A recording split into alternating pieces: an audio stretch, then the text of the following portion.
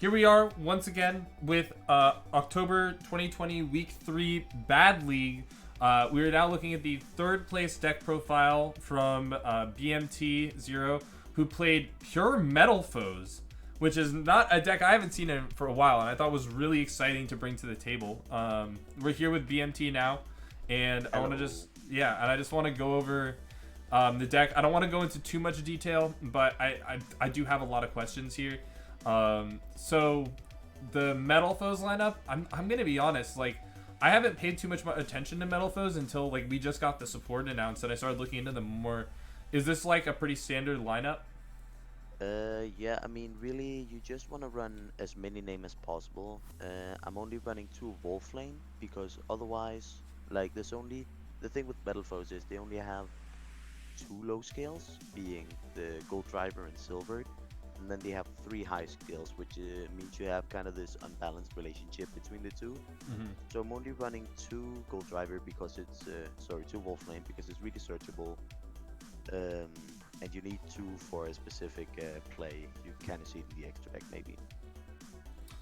So yeah, that's the Metalfoes. They all do basically the same thing. Yeah. So you have a couple other like wild card pendulum skills here. The Monolith, the Folkhalt's Cannon, which this card is pretty sweet as a low scale, and the Archfiend Eccentric. Yeah. Are these So as per usual or some text you dug up? I mean, these are like all cards that were played in like old Metalfoe builds from like 2016, 2017, basically. So like the idea with Scout and Monolith is that they're both level 5 machines. Scout is searchable off of Summoner's Art. So you can go Summoner's Art, add Scout, Scout pay 8, and search Monolith. Then you Metalfoe pop Scout. So that means you have a Scout in the extra deck and a Monolith in hand. You pendulum summon both. And then you have 2 level 5 machines, which make Nova, and that makes Infinity. That's so sick. It's just like, yeah, it's pretty cool. So you basically just have 4 copies of Infinity in your deck. That's really sick. Then, yeah, Folkhalt's Cannon is just a low scale that is searchable off of Summoner's Art, basically. And it like randomly pops a spell and trap. Yeah, like it kind of outs Floodgates sometimes. Didn't come up this tourney. But some hands you really need that low scale because otherwise, otherwise Summoner's Art can't really get anything. This is just the best normal low scale. And so you just you never want to scale the Monolith. You want to special summon it. Yes, in general because it locks you into Clifford's. So like, then I'm running 2 Archfiend Eccentric. This is really just because first of all, I'm trying to go first, and it doesn't really do anything there. Other than in the spell trap zone, it can also pop your own back row, which came up once or twice where you can skill Eccentric, and then you can pop combination to get a search. It comes up sometimes because otherwise you rarely have a way to pop combination turn 1. That makes sense. Yeah, and then it's just really, really good at breaking boards because you scale it, pop a back row, then you pendulum summon and pop a monster. It's really, really strong. Yeah, moving into your normal summons, like Rescue Rabbit just kind of makes sense. You have these like level 4 lower vanillas to allow you to go into like your kind of Xyz package. And if it gets ashed, you just fucking scale your pendulums and pen summon anyway. Like, it seems so free. Yeah, exactly. It sets up, it makes cross sheep. It sets up your Xyz plays. It makes your fusions. It does everything. This is like so strong. All right. Did get asked once or twice though, and then please talk to me about Baobaboon because I love this card. Okay, so this is unironically probably the best card in my deck. No, like you pop this with so like you normal summon this, then you just get to fix your hand. So that's 1 draw basically. Then you pop it with any Metalfoe scale that summons 2 more. So then that's just a rank 3 for off of 1 normal summon, and you get to draw 3 cards total. It boosts the consistency so much. It's incredible, honestly. So yeah, that's then really cool. Ghost Ogre. I'm maining this over Ash Blossom. Bold move. Very meta defying. Yeah, so basically I just felt like um, Ghost Ogre was really good. It might have been a little bit biased because I spent a lot of time testing versus Tough Control. So Ghost Ogre was really good in that matchup. But like other than that, it's really good versus Sue. It's really good versus Desk Bot Link, the Earth Machine stuff. Yeah. It's just, Hit the Ancient Gear Ballista and just watch him cry. Yeah, exactly. Like Ghost Ogre just hard carried me through my last round basically. But I feel like it's a lot more impactful than Ash right now. That's super. And then next up we just have consistency Yeah, cards. you have your Rhoda. You have Yeah. your Painful Decision, which is like your mega your Foolish and Rhoda. Yeah, exactly. So Summoner's Art gets you either a Volflame, Scout, or Cannon, depending on what you need. And then Painful Decision searches all your small Metalfoes. Metalfoes Fusion. Yeah. I'm playing both the fusion spells here. Metalfoes I saw the full Metalfoes fusion came in clutch. Like this seems so nice.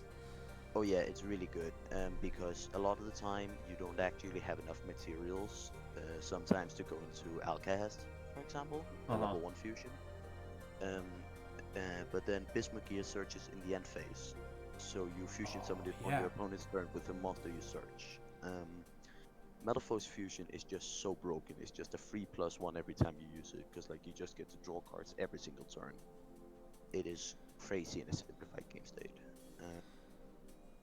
And then Cold, because I don't like Ghost Ogre. Yeah, simple enough. Yeah. And then if a card you control is destroyed by like counter, just kind of, if you know anything about Metalfoes, it just kind of works. Like if a card you control is destroyed by battle or card effect, it can be you or your opponent. You special summon a Metalfoes monster from your deck. It's cracked. And then you also can banish it to add, like. Yeah, so counter is just a +1. Yeah. And then it really helps you. This deck, its biggest strength is really that it has crazy recovery. Like if you break the board, you are still adding you can still add off combination, you can still add off of counter. You get 2 cards. You still get off of Bismuth Gear. You have so many cards that add back your resources after your board is broken. It's really strong. And combination, this is a pretty important card, right? Like. Yeah.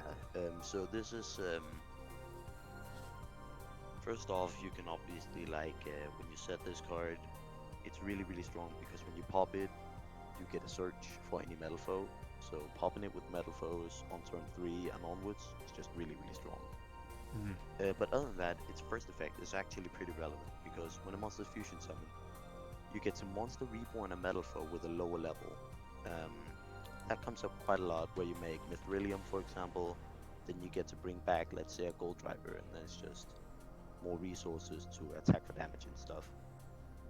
So yeah. Both really good cards. So we're running a little bit of short on time, but I want to breeze through the extra before we get into the side, which I really want to talk about. You got a lot of staples in here. Borload, it's in every deck. Cross Sheep, you're a fusion deck. So it makes sense. Link Spider because you play vanillas. Yeah, exactly. Absolute, just because like you have level 7s, right? Yeah. This came up surprisingly where you make it with 2 Volflames. That's why I'm playing 2. Otherwise, I'd probably just play 1 to be honest. But you can make this surprisingly often with 2 Volflames. And then get out your Vortex. Package. Yeah. Infinite pack for the Clifford's, then just good rank 4s. Yeah, good rank 3s. 2 good rank 4s, 2 good rank 3s. Just makes sense. Break Sword has really good synergy where you can. Yeah, because you're popping your own shit. Yeah, you can pop combination. And then Cicada King is just the best rank 3 going first, generic at least. So yeah, now for the fusions, Orichalc makes for some pretty funny OTKs. Because he does double piercing damage, which is ridiculous. It turns all your Metalfoes into Chaos Moons. Holy fuck, that's incredible. That's incredible. Yeah, then Mithrilium, it recycles all your stuff. I honestly use it more to bounce my own skills to reuse them than I use it on my opponent's stuff. And then just the recycling effect is really good in the grind game. And then Alka has just really the mascot, you know? Yeah. So now the side deck. There are a few strange cards here. Yeah, so you have a couple standards, like you can side in the Ashes for decks that's really impactful. Herald of the Abyss, just a very good staple going second card. Something I've heavily promoted in the format and really tried to show people how value it is. But then we get into some stuff that's more interesting. You're siding 3 Smoke Grenade. This makes a lot of sense because you're popping your own stuff, so you can just side in the smoke and then give people the smoke. Like Yeah. So I was main decking this card, but it's really bad going second because you really need your entire hand to play because you're pendulum deck, so you're already using 2 cards for scales, and then if another one of them is smoke, you only have 2 cards in the hand, basically. Which can lead to some really awkward plays going second. So I sided in going first. It's really strong when I resolve it. And then yeah, other than that, MST over Cosmic Cyclone, because in testing it came up once or twice that I can pop my own combinations with MST.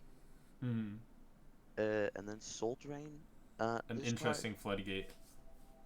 This card is interesting because in general you're a pendulum deck, so you don't really use your graveyard all that much. The only 2 real graveyard effects are Baobaboon and Mithrilium, and you can kind of play without those pretty well. And I imagine you can play around them pretty well, you know? Like Yeah, just exactly. holding the Soul Drain. Exactly. Yeah, exactly, because the only real effects you're triggering in graveyard are like back row, combination, counter, and metal. Did this come up at all today? Did you resolve this at all today? I sided it in twice. I didn't draw it at any point though. Definitely needs some more testing, but could be nice. Yeah, it's really good versus specifically versus Tenyi, which is just yeah. Oh my god. And it just it stops them completely. Like it's just auto win really. Other than that, not too much more to say really. Yeah. So before we wrap up, is there anything off the top of your head that you'd like to change about the deck? I have considered a lot of the time really. The deck really struggled. Round 1 I was versus Cosmo. The deck really struggles to out big beaters that cannot be targeted. You basically need to make Warlord or Exciton. Exciton doesn't work when you're ahead, and Warlord is just hard to make in your normal monster deck. So yeah, I've considered playing Light Dragon, Attic Nestor, maybe cutting Orichalc.